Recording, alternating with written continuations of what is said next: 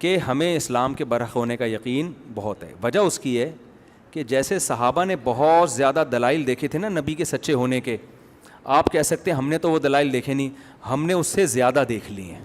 ہم نے کچھ وہ مزید دلائل دیکھ لیے ہیں جو صحابہ نے نہیں دیکھے تھے. قرآن نے کہا کہ سنوریہم آیاتنا فی الآفاق, ہم اسلام کے برحق ہونے کی نشانیاں سنوریہم دکھاتے رہیں گے.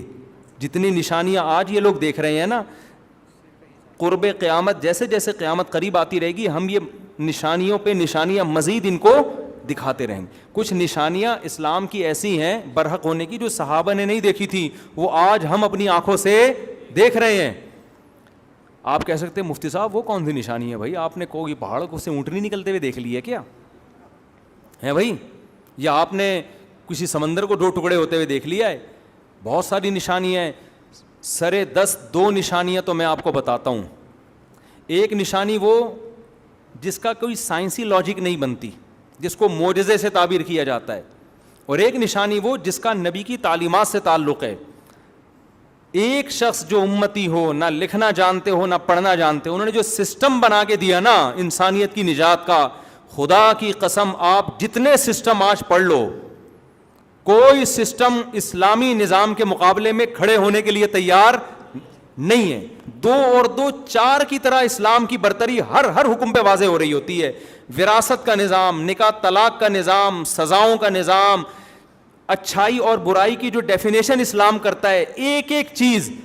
آپ اسلام کے علاوہ اگر کسی اور چیز کو فالو کرتے ہو, قیامت تک آپ اچھائی کی ڈیفینیشن ہی بیان نہیں کر سکتے کہ اچھے کی ڈیفینیشن کیا ہے.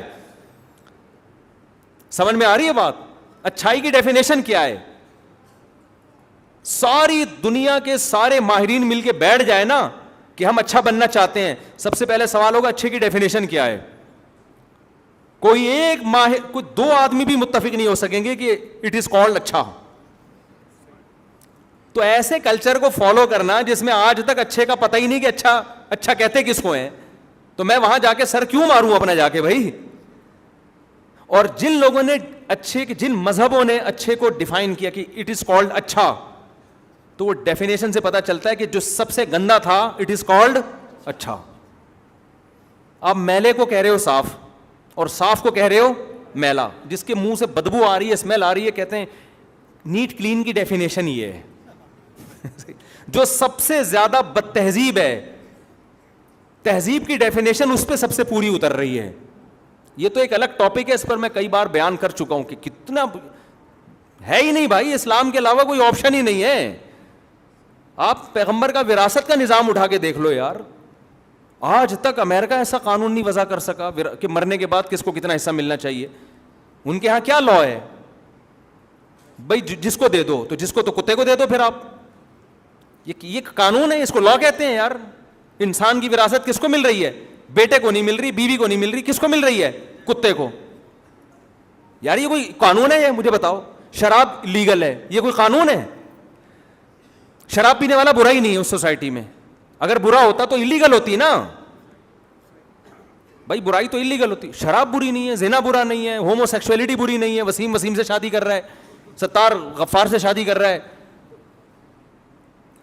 یعنی آپ جوان ہوئے, آپ کے ابا آپ کے لیے بہو تلاش کر رہے ہیں, تو پوچھ رہے ہیں کہ میل بہو چاہیے, بہو لاؤں یا فیمیل؟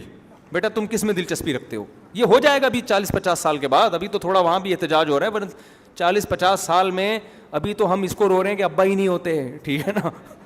اگلی دفعہ اس سے بڑا مسئلہ کھڑا ہونے والا ہے کہ ابا نہیں ہوتے, کوئی مسئلہ نہیں ہے, اماں ہوتی ہیں. لیکن وہ اماں بیٹے سے پوچھ رہی ہوتی ہیں, بیٹا آج تیرے رشتے والے آ رہے ہیں لیکن وہ فیمیل ہیں. بیٹا کہتے ہیں نہیں, میں جو میرے رشتے, آپ کی جو بہو آئے گی وہ میل ہوگی. پھر اماں پوچھ رہی ہوں گی, بیٹا وہ جب میری بہو میل ہوگی تو مجھے کیا پتہ چلے گا کہ وہ میری بہو ہے یا تو اپنے سسر کی بہو ہے؟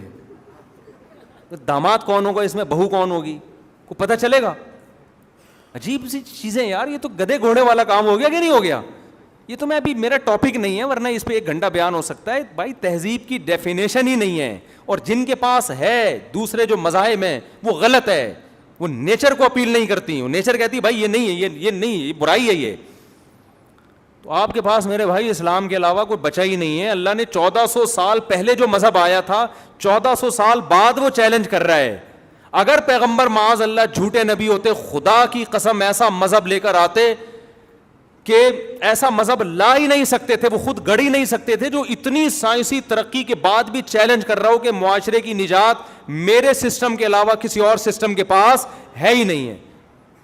تو یہ 1400 سال پہلے یہ ممکن نہیں تھا کہ خود گڑھ لیا ہوتا اور وہ 1400 سال پہلے جناب وہ قابل عمل ہوتا, وہ یہ ہو ہی نہیں سکتا تھا.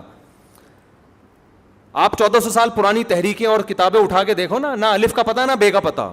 قرآن شروع ہوتا ہے الحمدللہ رب العالمین, وہ زبان سمجھی جا رہی ہے 20 ملکوں میں. یعنی ایسا دین لے کر آئے, اس دین کی حفاظت ایسی ہوئی ہے کہ وہ زبان 20 ملکوں کی زبان بنا دی اللہ تعالیٰ نے. کوئی 1400 سال پرانی زبان اس طرح سے سمجھی جا رہی ہے آج, جو جیسے عربی سمجھی جاتی ہے. یہ میں نے بیان کیا تھا, ہندوؤں نے لکھا کہ سنسکرت زبان ہے, پتہ نہیں کون, وہ بھی ہے. اٹھا کے دیکھو 1400 سال پرانی کتاب, 500 سال 200 سال پرانی انگلش آج کل گوروں کو سمجھ میں نہیں آ رہی, تو آپ دوسری زبانوں کی کہاں سے بات کر رہے ہو. نام باقی رہ جانا کافی نہیں ہے, زبان باقی.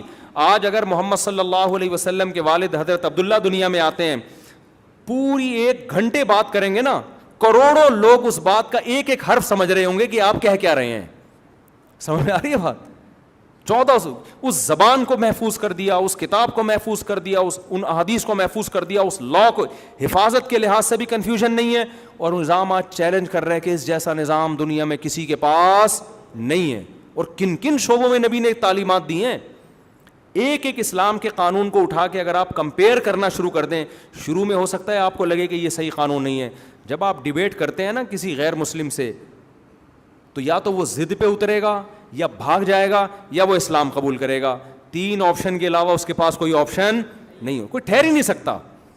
یہ خود ایک اتنا بڑا معجزہ ہے اسلام کا, جس کی وجہ سے ہمیں یہ کنفیوژن نہیں ہے. ہمیں جو دنیا کے کوئی کانسیپٹ ہمیں پیدائش کا مقصد ہی نہ بتاتا ہو کہ ہم پیدا کیوں ہوئے ہیں, تو وہ تو ہمیں خودکشی کی طرف لے کے جا رہا ہے. بھائی مجھے یہ نہ بتاؤ میری زندگی کا ہدف کیا ہے, تو میں تو مروں گا بالآخر کھمبے سے لٹک کے. کبھی روزانہ میرا ویژن چینج ہوگا, اور اس ہدف میں کامیاب نہیں ہوا تو میں کھمبے سے لٹکوں گا. تبھی تو لٹکتے ہیں وہ, ہر تھوڑے دن میں کوئی نہ کوئی. ہمارے یہاں ان کے کھمبے شارٹ ہیں, اتنے کھمبے ہمارے یہاں جتنے ہمارے یہاں ہیں نا, ان کے ہاں ہوتے تو ہر دوسرا آدمی لٹک رہا ہوتا. ہمارے ہاں کھمبے بھی ہول سیل کے حساب سے, ان میں کرنٹ بھی. میں لوگوں سے اکثر کہتا ہوں, کوئی گورا اگر کھمبے کے پاس جائے نا خودکشی کرنے کے لیے, آسان نہیں ہے. وہاں کھمبوں میں کرنٹ نہیں ہوتا. ہمارے ہاں آپ عید ملنے کے لیے کھمبے کے پاس گئے, محبت سے آپ نے کھمبے کو پکڑا, آپ کھمبے کو چھوڑ دو گے, کھمبا آپ کو نہیں چھوڑے گا.